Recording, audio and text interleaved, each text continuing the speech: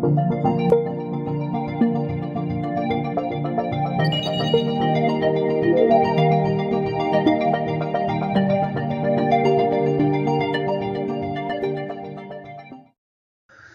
저번 시간에 이어서 클라우드 컴퓨팅 기술 두 번째를 해보도록 하겠습니다.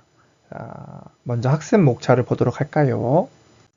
자, 학습 목차로는 첫 번째로 네트워크 가상화, 두 번째는 스토리지 기술, 세 번째는 클라우드 서비스 무정지 기술, 요 세 가지가 있습니다. 그래서 하나씩 보도록 할게요.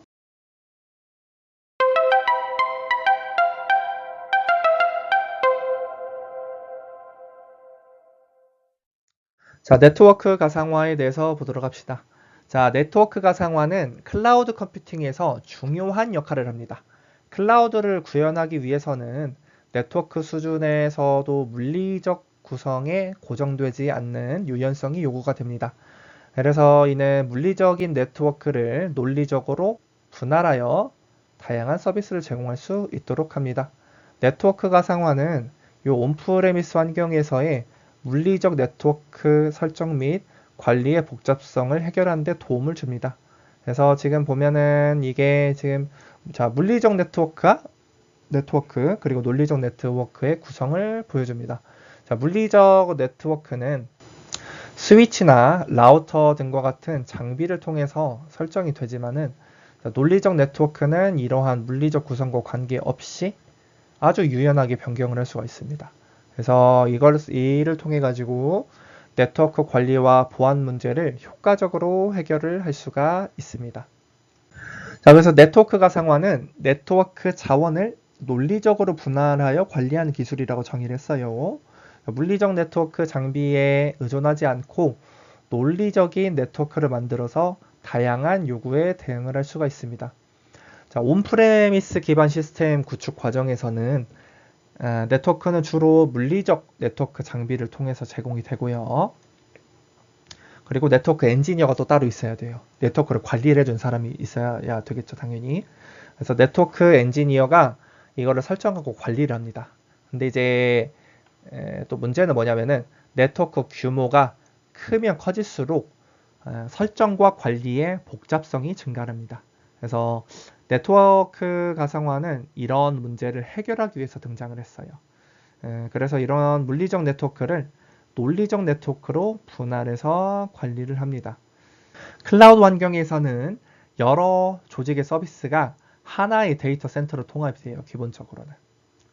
근데 이제 논리적 네트워크를 통해서 각각의 조직이 독립적인 자신만의 네트워크를 독자적으로 구축해서 사용을 할 수가 있어요.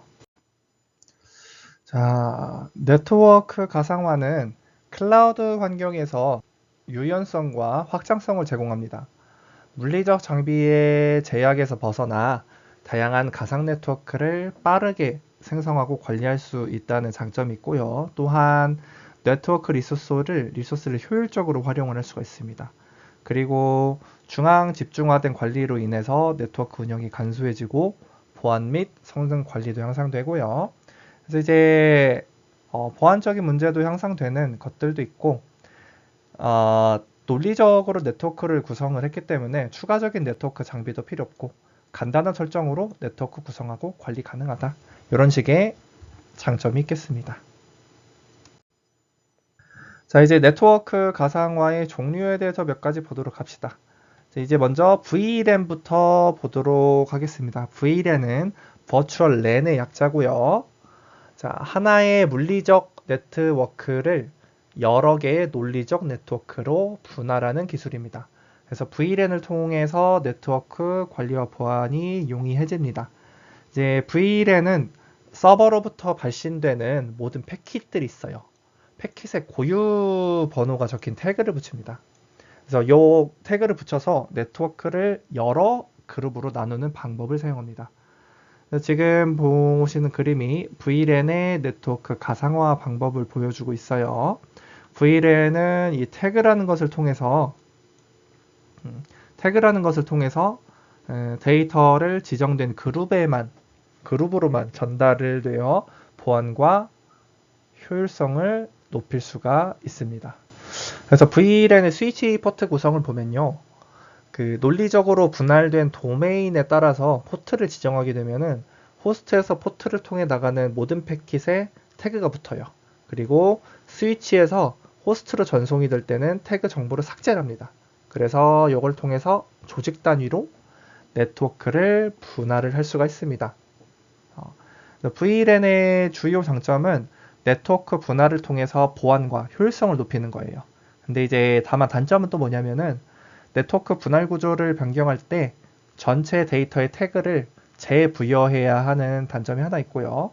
컨베이어 벨트의 기능도 업데이트 되어야 하죠. 태그를 또 붙였다 뗐다 해야 되니까요. 이러한 변경 작업 동안 데이터 전송이 중단될 수 있다는 이런 단점도 가지고 있습니다.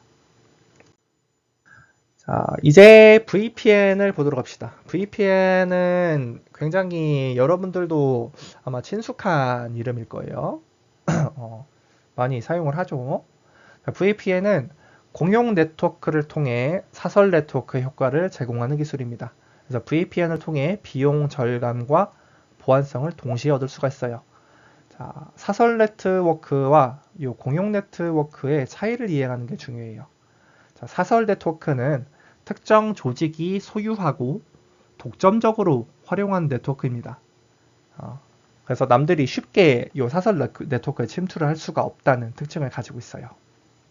반면에 공용 네트워크는 불특정 다수가 이용하는 네트워크입니다. 그런 대표적인 공용 네트워크가 인터넷이죠. 인터넷이 있습니다. 그래서 이제 VPN은 터널링 프로토콜을 통해서 데이터 패킷을 암호화하고 안전하게 전송을 합니다. 대표적인 VPN 터널링 프로토콜로는 PPTP, IPsec 이런 것들이 있습니다. PPTP는 원격 사용자와 사설 네트워크 사이에 보안 접속을 제공하는 프로토콜이고요. IPsec은 강력한 보안을 제공하는 표준 프로토콜입니다. 이게 이제 VPN의 터널링 동작 과정을 보여주고 있는 건데요. 데이터가 이렇게 VPN을 통해서 암호화되고 공용 네트워크를 통해 전송되고 목적지에 도달하면 또 복화가 됩니다. 이를 통해서 데이터의 기밀성을 유지하고 안전한 통신을 보장한다는 장점을 가지고 있습니다. 자, 다음으로 볼 네트워크 가상화 기술 중에 하나는 NFV입니다. NFV는 네트워크 펑션 버추얼라이제이션의 약자예요. 그래서 NFV가 뭐냐? NFV는 네트워크 장비의 도입 없이 네트워크 기능을 소프트웨어적으로 구현하는 기술입니다. 그래서 NFV를 통해 서버 위에 네트워크 기능을 구축을 할 수가 있어요. 전통적으로 네트워크 구축을 위해서는 라우터라든지 스위치라든지 방어벽 같은 고가의 전용 네트워크 장비를 사용을 했습니다. 그러나 NFV 기술을 통해서 이러한 장비를 소프트웨어로 대체를 할 수가 있어요. 그래서 NFV의 가장 큰 특징은 전용 하드웨어 없이 네트워크 기능을 제공한다는 점이에요. 이를 통해서 탄력적 확장과 구성 변경이 가능하고요. 유지 보수 비용을 절감을 할 수가 있습니다. 또한 NFV는 클라이언트 기반의 서비스 형태로 제공될 수 있어서 유연한 네트워크 관리와 확장이 가능합니다. NFV의 주요 장점으로는 신규 소프트웨어 적용 시 새로운 하드웨어 장비 구축이 불필요하고 서비스 대응이나 트래픽 변화에 신속한 대응을 할 수가 있어요. 또한 네트워크 유지 보수 비용을 절감을 할 수도 있고 빠른 네트워크 업그레이드도 가능합니다. 그래서 NFV 기술은 네트워크 관리의 효율성을 높이고 비용을 절감하고 빠르게 변화하는 트래픽 요구에 유연하게 대응할 수 있다는 것이 큰 장점이 되겠습니다. 자, 다음으로는 SDN을 보도록 합시다. SDN은 소프트웨어 디파인드 네트워킹의 약자입니다. 그래서 SDN은 뭐냐? 네트워크 인프라를 소프트웨어 형태로 진화시켜서 네트워크 서비스의 유연성 그리고 비즈니스 민첩성을 향상시키는 기술입니다. SDN은 네트워크 엔지니어가 수많은 네트워크 변경 요청을 감당하기 어려운 상황에서 유연한 네트워크 변경을 가능하게 합니다. 그래서 이제 SDN은 네트워크 장비의 데이터 플레인과 컨트롤 플레인을 분리해서 컨트롤 플레인의 소프트웨어로 정의합니다. 그래서 이제 이를 통해서 물리적 네트워크가 추상화되고 하나의 물리적 네트워크 위에 여러 개의 가상 네트워크를 구축할 수 있습니다. 전통적인 네트워크는 데이터 전송 기능과 제어 기능을 포함한 하드웨어와 소프트웨어로 구성이 되죠. 하지만 이제 SDN 같은 경우에는 제어 기능을 소프트웨어로 전환을 해가지고 네트워크의 유연성을 높이고 물리적 네트워크를 일괄적으로 관리할 수 있습니다. 그래서 SDN 같은 경우에는 좀 주요 장점 중에 몇 가지가 네트워크 트래픽의 급속한 증감에 유연하게 대응할 수 있다. 혹은 네트워크 서비스의 유연성과 비즈니스 민첩성을 향상시킬 수 있다. 혹은 네트워크 관리의 효율성을 증대시킬 수 있다. 물리적 네트워크의 추상화를 통해서 가상 네트워크를 구축할 수 있다. 이런 것들이 있습니다. SDN 또한 빠르게 변화하는 네트워크 환경에서 유연하고 효율적인 네트워크 관리 솔루션을 제공합니다. 그래서 이를 통해서 기업은 네트워크 인프라를 더욱 효과적으로 관리하고 비즈니스 요구에 신속하게 대응할 수가 있습니다.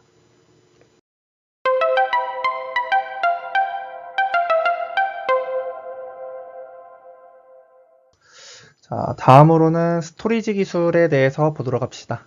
자, 현대 기업들은 ERP, DW 기반의 데이터 처리, IoT, 빅데이터 분석의 증가에 따라서 스토리지를 단순화 데이터 저장 및 접근 장치에서 확장성 및 내고장성을 보장하는 장치로 발전시켜 왔습니다. 스토리지 시스템에 대한 일반적인 요구사항으로는 대용량 및 고속 데이터 처리, 그리고 효율적인 데이터 공유, 확장성, 사용성, 유연성, 다양한 접근 형식 이런 것들이 있습니다. 그래서 스토리지 기술에 대한 자세한 사항들을 아래쪽에서 보도록 합시다. 스토리지는 데이터와 프로그램을 저장, 기록하는 장치입니다. 그래서 다양한 논리적 단위로 접근을 할 수가 있습니다. 그래서 스토리지의 단위는 다음과 같이 파일, 블록, 데이터셋, 오브젝트로 구성이 됩니다. 먼저 파일 스토리지부터 보도록 할까요?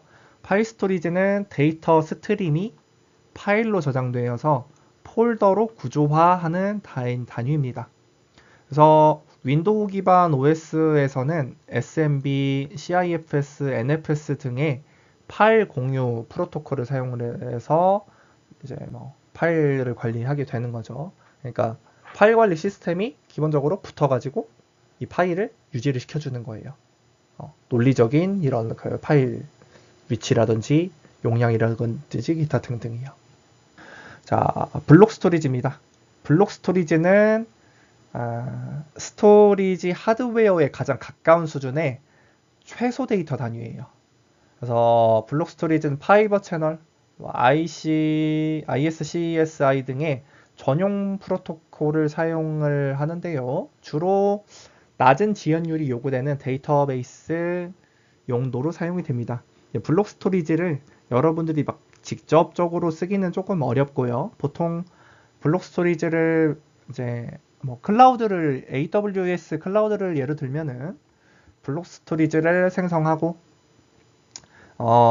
생성한 가상 머신에다가 생성한 블록 스토리지를 붙여서 사용을 하고 그 다음에 붙인 블록 스토리지에다가 파일 시스템을 설치를 해서 사용하는 방식으로 좀 이런 식으로 활용을 하죠. 보통 블록 스토리지 자체를 막 어떤 식으로 활용한다 보다는 블록 스토리지를 만들어서 파일 시스템을 덧대어서 응용을 한다. 이런 식으로 주로 사용을 하는 것 같아요. 자, 다음으로는 데이터 세트입니다. 데이터 세트 스토리지는 데이터가 테이블, 단락, 레코드와 같은 형식으로 구성된 단위로 관계형 또는 비관계형 DBMS에서 사용이 됩니다. 자, 오브젝트 스토리지입니다. 오브젝트 스토리지는 데이터가 객체 단위로 구조화되는 스토리지예요. 그래서 데이터 및 메타데이터로 구성된 오브젝트에 고유한 아이디가 부여가 되고요. 주로 갱신 빈도가 적은 데이터나 대량의 데이터를 저장하고 장기 보존하는 용도로 사용됩니다. 이제 오브젝트 스토리지 같은 경우에는 클라우드 서비스에서 대표적인 오브젝트 스토리지가 S3가 있어요. S3. 예. S3가 왜 3가 붙었냐면은 심플 스토리지 서비스. S가 앞에 약자가 3개죠. 그래서 S3라고 하는데요. 이것도 이제 이번 강의에서는 AWS와 관련된 실습을 하진 않기 때문에 다루지는 않습니다만 S3와 관련된 또 재밌는 실습을 많이 할 수도 있어요. 나중에 추후에 다른 강의가 열린다면 그렇게 활용을 해볼 수도 있을 것 같습니다. S3 굉장히 또 홈페이지, 그러니까 워드프레스 같은 홈페이지와 굉장히 연동하기도 편하고 사용하기도 간편하고 좋습니다. 자, 이제 스토리지 다중화에 대해서 보도록 합시다. 자, RAID에서 ID를 먼저 보도록 할게요. 자, RAID는 Redundant Arrays of Independent Disk의 약자로 불립니다. 그래서 RAID는 데이터를 여러 디스크에 분산 저장하여 성능과 신뢰성을 향상시키는 기술입니다. 그래서 RAID 같은 경우는 수준에 따라서 0부터 5까지 이런 식으로 나뉘는데요. RAID 0부터 보도록 할까요? RAID 0은 스트라이핑을 통해서 데이터를 여러 디스크로 나누어 저장하여 빠른 데이터 입출력을 제공합니다. 근데 이제 단점 같은 경우에는 데이터 중복이 없어서 장애 발생 시에 데이터 손실이 발생할 수 있어요. RAID 1을 보도록 할까요? RAID 1은 미러링을 통해서 데이터를 중복 저장하여 디스크 장애 발생 시 데이터 복구가 가능합니다. 그래서 읽기 속도는 향상되지만 쓰기 성능은 좀 떨어질 수가 있어요. 자, 그 다음에 RAID 1 플러스 0, 0 플러스 1, 2, 3, 4, 5 등등 있지만은 사실 조금 이 클라우드 컴퓨팅 기초에서는 굳이 이렇게까지 깊게 들어가지 않아도 된다고 저는 생각을 하기 때문에 그냥 RAID 수준이 0부터 5 정도까지의 수준이 있다 라고 정도만 이해를 하셔도 무방할 것 같습니다. 여기는 이렇게만 하고 넘어가도록 할게요. 다음으로는 스토리지 다중화 NAS입니다. NAS는 네트워크 어태치드 스토리지라는 약자예요. 그래서 NAS는 스토리지가 컴퓨터에 직접 연결되지 않고 네트워크를 통해 연결되는 저장 장치입니다. 그래서 RAID와 같은 스토리지 하드웨어가 네트워크를 통해 NFS나 SMB와 같은 파일 기반의 데이터 접근 프로토콜을 이용하여 데이터를 제공을 합니다. NAS 같은 경우에는 포트 수에 제한이 없고 확장성과 유연성이 굉장히 뛰어나요. 그래서 경제적이에요. 경제적이고 설치나 유지 보수가 용이합니다. 그러나 네트워크 연결에 따른 지연율이 발생할 수 있다는 이런 단점이 있습니다. 그래서 대량의 IO가 발생하는 상황에서는 지연율이 증가하기 때문에 데이터베이스와 같은 서비스에는 부적합할 수 있다는 이런 단점이 있습니다. NAS 같은 경우에는 좀 한 10명에서 30명 정도 되는 규모의 중소기업에서 굉장히 자주 사용되는 스토리지 서비스 중에 하나입니다. NAS요. 참고해 주시면 좋겠습니다. 자, 다음으로 볼 스토리지 다중화는 SAN입니다. SAN. SAN은 스토리지 에어리어 네트워크 약자예요. SAN은 대규모 사용자에게 고속의 데이터 접근 서비스를 제공하기 위해 여러 종류의 데이터 저장 장치와 서버를 파이버 채널로 연결한 고속 데이터 네트워크입니다. 그래서 이제 SAN 같은 경우에는 1Gbps 이상의 전송 속도를 지원하는 고속 I/O 채널을 제공을 하고 있고요. 최대 10km까지 전송 거리를 확장할 수 있습니다. 그래서 SAN 같은 경우에는 네트워크 구성의 확장성, 유연성, 가용성이 굉장히 우수하다는 장점이 있어요. 단점으로는 NAS와 달리 이기종 서버 환경을 지원하지 않으며 여러 서버 사이에서 특정 파일 공유 시 일관성 문제가 발생할 수 있을 가능성이 있습니다. 그래서 SAN은 이런 식의 장단점이 존재한다라고 이해하시면 되겠어요. 자, 이제 스토리지 가상화에 대해서 한번 알아보도록 합시다. 스토리지 가상화는 물리적 스토리지 시스템과 서버 사이에 스토리지 가상화에 필요한 소프트웨어 또는 하드웨어 계층을 추가해서 여러 스토리지 디바이스를 단일 리소스로 인식하고 관리하는 기술입니다. 그래서 스토리지 가상화 같은 경우에는 몇 가지 장점이 있는데요. 첫 번째는 스토리지 활용률을 향상시킵니다. 필요에 따라서 스토리지를 탄력적으로 할당하고 디스크 단편화로 인한 불용 공간을 최소화하여 기존 스토리지의 활용률을 높일 수가 있습니다. 두 번째는 높은 I/O 성능을 제공합니다. RAID와 같은 기술을 통해서 복수의 스토리지 디바이스를 병렬적으로 동작시켜서 데이터 입출력 성능을 향상시킬 수 있습니다. 자, 세 번째로는 내고장성을 제공합니다.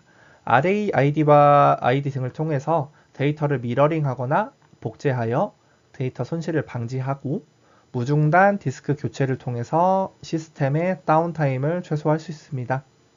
자, 네 번째로는 관리 용이성을 향상시킵니다. 불필요한 스토리지 디바이스 확장을 방지하고요. 복수의 스토리지 디바이스를 하나의 가상화 스토리지로 통합하여 관리를 할 수가 있습니다. 이를 통해서 스토리지 관리가 용이해지고 관리자 업무를 경감시킬 수가 있습니다. 자, 스토리지 가상화 기술에는 다음에 세 가지 방식이 있습니다. 첫 번째는 디스크 컨트롤러 가상화입니다. 스토리지 서브 시스템 또는 컨트롤러를 파티션으로 나누어서 여러 개의 스토리지 컨트롤러가 있는 것처럼 가상화합니다. 그래서 이를 통해서 내부적으로 논리적 파티셔닝 기술을 사용하여 가상 디스크 컨트롤러 간 워크로드로부터 영향을 받지 않게 합니다. 두 번째는 네트워크 기반 스토리지 블록 가상화예요. 네트워크 장비 수준에서 가상화를 통해 서로 다른 스토리지 컨트롤러부터 유휴 디스크 공간을 모아 하나의 큰 디스크 풀을 생성하고 가상 디스크 형태로 제공하는 형태입니다. 세 번째로는 소프트웨어 정의 스토리지입니다. SDS는 하드웨어에서 스토리지 소프트웨어를 분리하는 스토리지 아키텍처입니다. 그래서 SDS는 독점 하드웨어에 대한 종속성을 제거해서 필요에 따라 스토리지 용량을 유연하게 확장할 수 있고요. 또 하드웨어 업그레이드와 다운그레이드도 용이합니다. 그래서 SDS의 뛰어난 유연성은 스토리지 관리의 효율성을 높이고 비용 절감을 가능하게 합니다.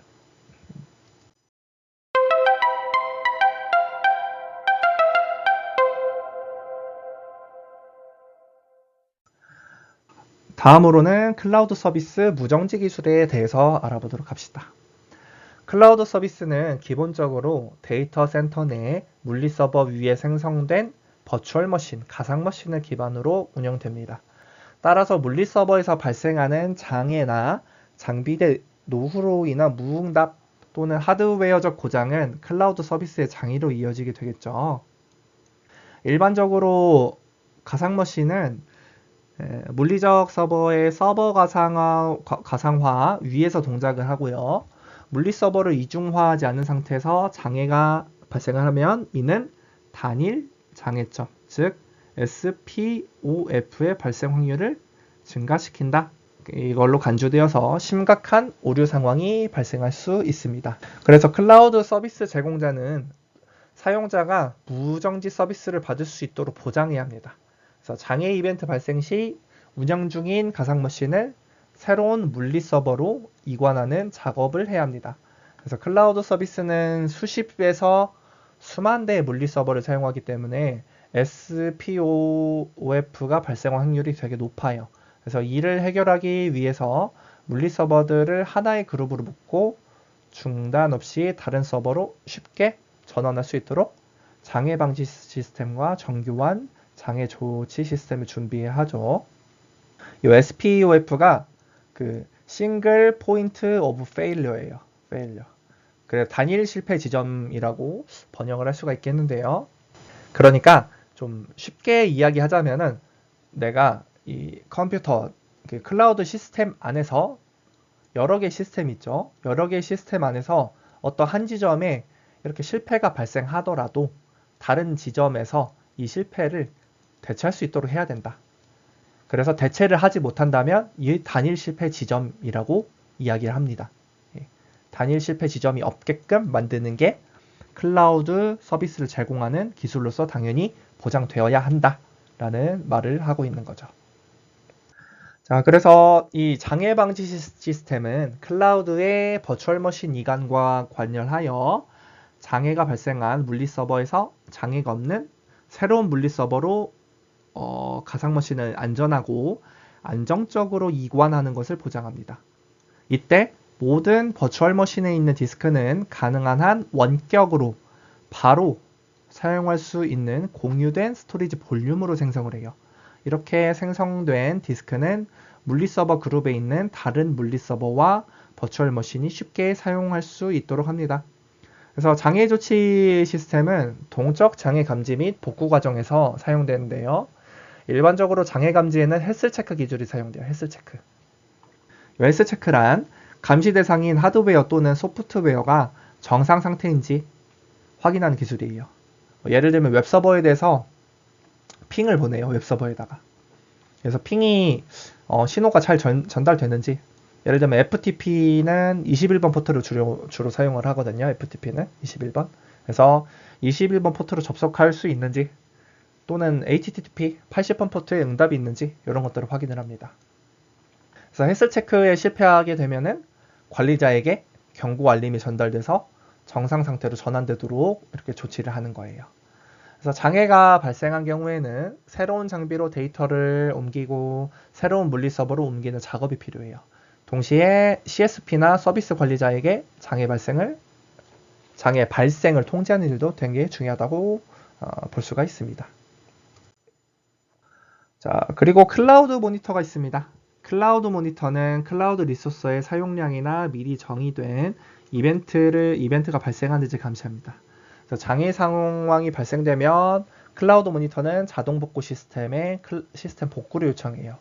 이때 IT 리소스마다 해당 장애 상황이 반드시 복구를 취해야 하는 것인지 결정한 후에 그에 상응하는 조치를 수행합니다. 예를 들어서 시스템 데몬이 동작하지 않을 때는 장비를 내부적으로 데몬을 재시작하는 등의 시도를 해요. 헬스 체크는 아까도 말을 했지만은 서버에 대해서 일정 간격으로 어떤 응답 요청을 보내서 응답이 돌아온지 여부를 통해서 정상적인 가동을 판단을 하고요. 자, 그래서 클라우드 모니터의 자동 복구 시스템은 장애 상황이 발생했을 때 다음과 같이 5가지 기능을 수행합니다. 첫 번째는 관찰 및 감시예요. 클라우드 모니터는 가상 서버 네트워크 장비들은 지켜보며 이벤트 발생 여부를 확인하고요. 두 번째는 이벤트 발생 시 대응 행위를 결정합니다. 그래서 모니터에 발생한 이벤트에 대해서 어떤 대응 행위를 할 것인지. 세 번째는 수행을 합니다. 이제 대응 행위를 결정했으면 수행하고, 네 번째는 보고입니다. 대응 행위가 수행된 뒤 결과를 기록하고, 다섯 번째는 에스컬레이션이에요. 상황이 심각하거나 해결되지 않을 경우 CSP 또는 서비스 관리자에게 단계적으로 전달합니다.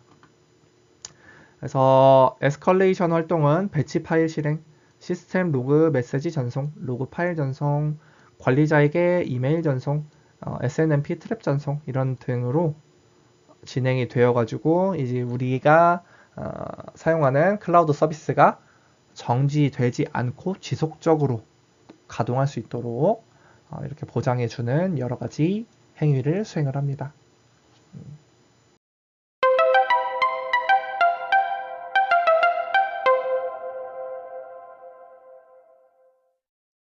자, 이제 학습 정리를 해보도록 합시다. 자, 네트워크 가상화는 물리적 네트워크를 논리적으로 유연하게 변환하는 기술로 버추얼 LAN, VPN, NFV, SDN과 같은 기술이 사용됩니다. 스토리지 시스템은 RAID, NAS, 산 등을 통해 대용량 데이터를 저장하고 확장성, 사용성, 유연성을 제공하기 위해 디스크 컨트롤러 가상화, 네트워크 기반 스토리지 블록 가상화, 소프트웨어 정의 스토리지 기술을 사용해서 사용자에게 스토리지를 제공합니다. 가상화를 통해 관리의 편의성과 내 고장성을 확보할 수 있지만 데이터 센터의 물리적 IT 인프라에 장애가 발생하면 이러한 이점이 보장되지 않을 수 있습니다. 이러한 장애를 극복하기 위해 장애 예방 시스템과 장애 조치 시스템과 같은 클라우드 서비스 무정지 기술이 활용됩니다. 자, 1장에서 4장까지 수업은 여기까지로 마치도록 하겠고요. 나머지 5장, 6장, 7장은 저를 이어서 군산대 교수님인 정기로아 교수님께서 이어서 강의를 해주시겠습니다. 수고 많으셨습니다.